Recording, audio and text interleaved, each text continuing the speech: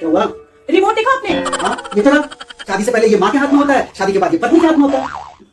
मैं TV remote की बात कर रही हूँ। जो भी है, मैं दूसरे रिमोट की बात कर रही हूँ। मतलब अब आपको दूसरा पति चाहिए?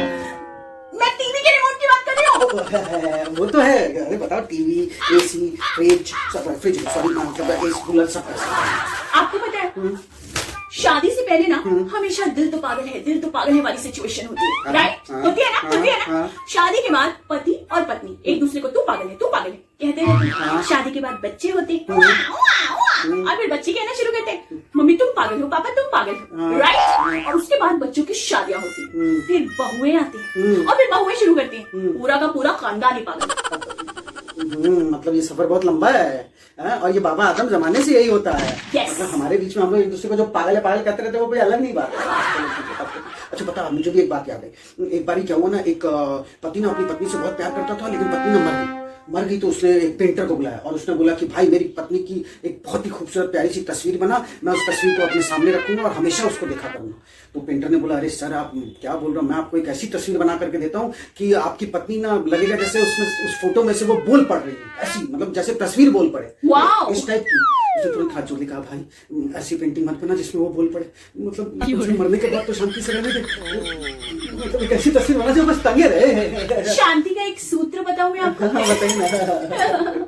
शांति का सिर्फ और सिर्फ एक ही सूत्र है। हाँ? जब पति और पत्नी दोनों अपने मोबाइल में लगे रहे, then only they can maintain silence। उस घर में शांति रहेगी। Yes, जैसे हमारे घर में आप अपने मोबाइल में, मैं अपने मोबाइल में, हम दोनों बिजी रहते हैं। मैं तो थोड़ा मोड़ा काम भी कर लेता हूँ। आपके जैसे कहाँ सुख है मुझे कि यार कि मैं सिर्फ मोबाइल पर रहूँ। हाँ बिल्कुल, मेरा जो काम है वो तो कोई बाहर से आके करता है ना? नहीं, आप भी करते हो कभी कभी, जब मोबाइल से फुर्सत मिल जाता है तब आप थोड़ा मोड़ा काम भी कर लेते हो, इसमें कोई बड़ी बात नहीं।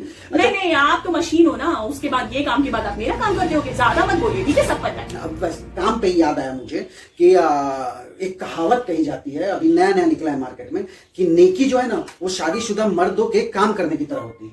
ओके, कैसे? ऐसे कि मतलब करते सब है, बस बताता कोई नहीं।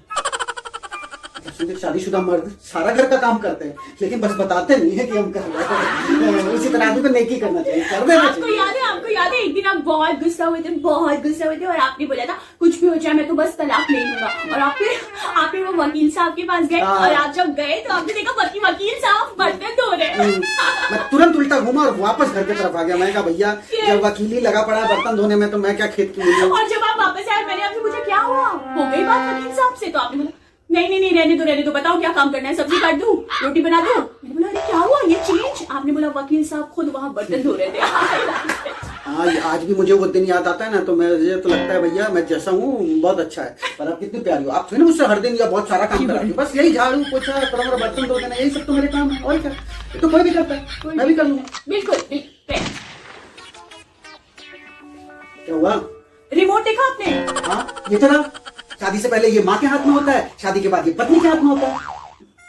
मैं टीवी रिमोट की बात कर रही हूँ। जो भी है।